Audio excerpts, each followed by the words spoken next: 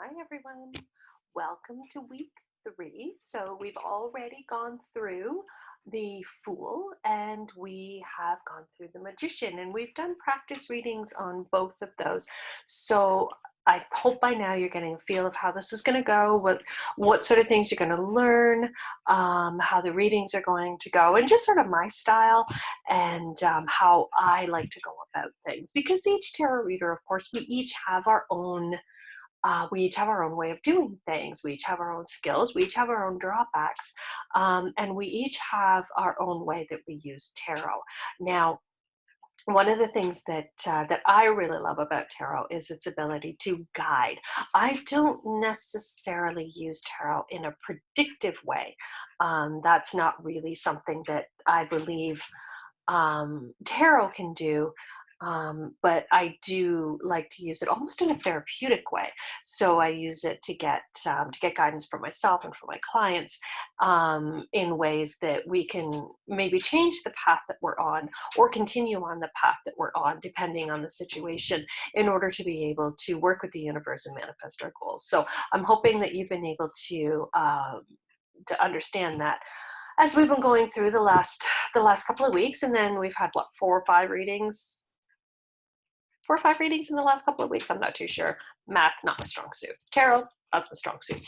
Okay, so this week, since we're in week 3, you guessed it, we are on the High Priestess. Oh, this card. Doesn't everybody just love this card, especially us tarot readers? Don't we just love it when the High Priestess comes up? And she's like, hey, yes, I'm here. And yes, I'm here to validate the fact that this is where you're supposed to be.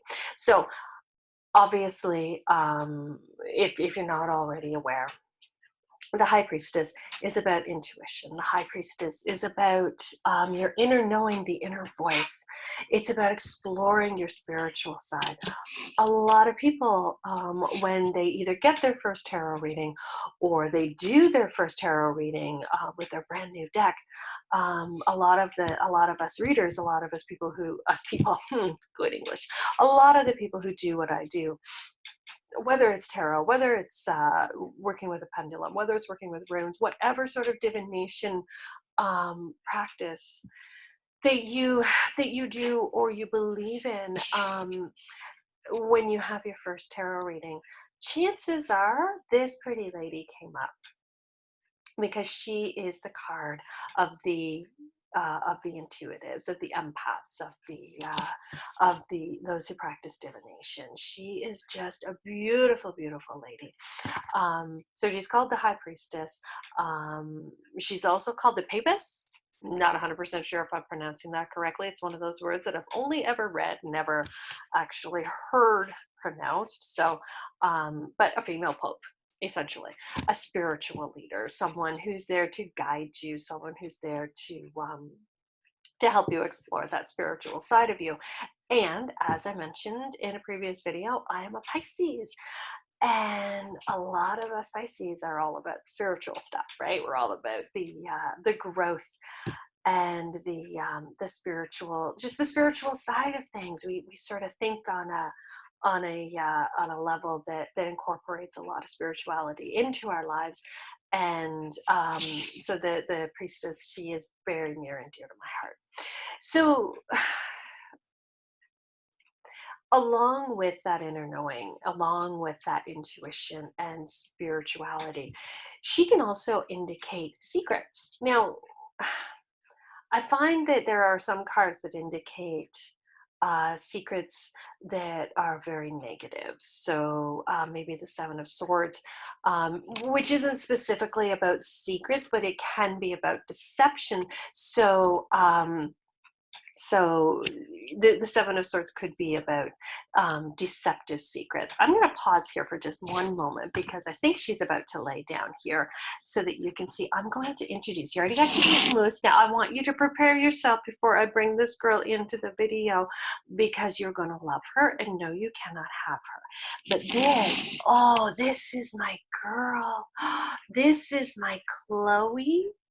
She is my absolute baby. She is a spoiled Spoiled, rotten little girl who gets to do whatever she wants, whenever she wants, and I'm sure you can see why, because she is stunning. Okay, where was I before I got distracted by my Chloe? She's such a pretty girl, and she sits here beside me while I work, and I pet her, and I love her because that's what you do with Chloe. Okay, so secrets, the Seven of Swords, not necessarily about secrets per se, but sometimes deceiving yourself. So where there are some cards that indicate more negative connotations of secrets, the High Priestess is more about nurturing secrets. So you've got a project, let's say, that you're working on. The High Priestess could be an indicator that you need to sort of keep that to yourself for a while. You need to let it sit. You need to listen to your intuition and your inner voice, and just let that project be. Let it sit. Let it sort of ruminate in your little brain for a while, and let your inner High Priestess speak to you about it, and just sort of let you know where it is that you want to go. If you're single and the High Priestess comes up, it could mean that you should stay there for a while. That maybe you need to do some inner work. Maybe you need to explore your inner High Priestess, and again, listen to that voice and let it lead you. So when I say that the High Priestess could indicate secrets, it's not necessarily, well, it's not at all a bad thing. It's actually quite a good thing. It's taking those things internally and really listening to yourself and listening to your guidance before moving forward. So I just wanted to clarify, because I know that secrets can have a really negative connotation. It can show, as I was saying earlier, when it comes to tarot readers and other sort of practitioners of divination arts, it can mean a very deep-seated spiritual side, a very deep spiritual gifts. So it is the card of the intuitives. It is the card of the people, the men and the women, and everyone else, that these are the gifts that you have been given, and you need to nurture them. Again, that's sort of along the same lines as keeping of the secrets. It means that you need to follow your intuition. It means that you need to listen to your guides. You need to really embrace that side of you that speaks to you. So your dreams can speak to you. You need to start listening to your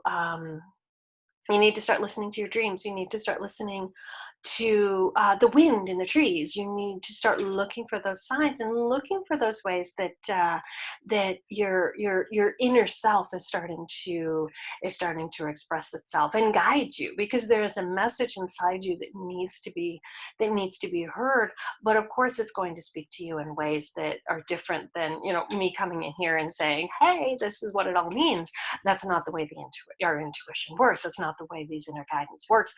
They speak to us in ways that we have to interpret. Okay? So you're looking for signs. When the High Priestess comes up, it means that you're looking for signs. It means that you're listening. Or it could mean that you're blocking that. It could mean that you've stopped listening. So maybe for whatever reason, you're not hearing your intuition. You've decided that your intuition isn't all that, and you've decided not to listen to it anymore, or in some ways you're blocking it. So the High Priestess could indicate that it's time for you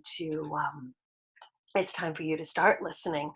It could be a teacher. The High Priestess can also indicate, oh, sorry about that. The High Priestess can also indicate that you've got a teacher or a mentor coming, like a spiritual teacher or mentor on the way. And on the other side of that, it could also mean that you have someone who's coming to teach you, but isn't going to be a great influence. So there are quite a few different indications, but I love the spiritual side of the High Priestess, Pisces. But anytime that she has come up in any reading that I have had, that is what she has referred to. So while there are other layers to the High Priestess, I find that generally speaking, she comes into my reading to remind me to listen to my intuition, to remind me of my spiritual gifts, to remind me to nurture those gifts, but also to remind me that, I don't have to go screaming out of the rooftops, hey, hey, I'm a tarot reader. There's a lot of people around that don't necessarily think that that's a good thing. I mean, I don't particularly care. They can do them, I will do me, and we should be able to all get along happily. But at the same time, it's not necessarily something that I'm going to go to work and start telling all of my coworkers that I'm a professional tarot reader and mentor and teacher. So, that's just sort of one of the things that she can indicate. So I don't want to get too deep into it again. Like I said in the other videos, these are just sort of high level, scratching the surface of what these can mean. I am going to do another series that's going to go deeper into the cards, into the symbolism that's in the cards, into the meanings of, the meanings of these and behind, the meanings of these, the pillars, the meanings of the colors of her robe. I'm going to get into that. But for right now, we're just keeping it simple. We're just doing a high level overview of what the cards mean. So I'm going to wrap it up there. Everyone have a wonderful day. Again, you know where to find me. I'm not going to go through it again. You know where I am. You know where I'm at. Always happy to help. Have a wonderful day. And I'm going to see you later on this week for a practice reading with the High Priestess. Bye.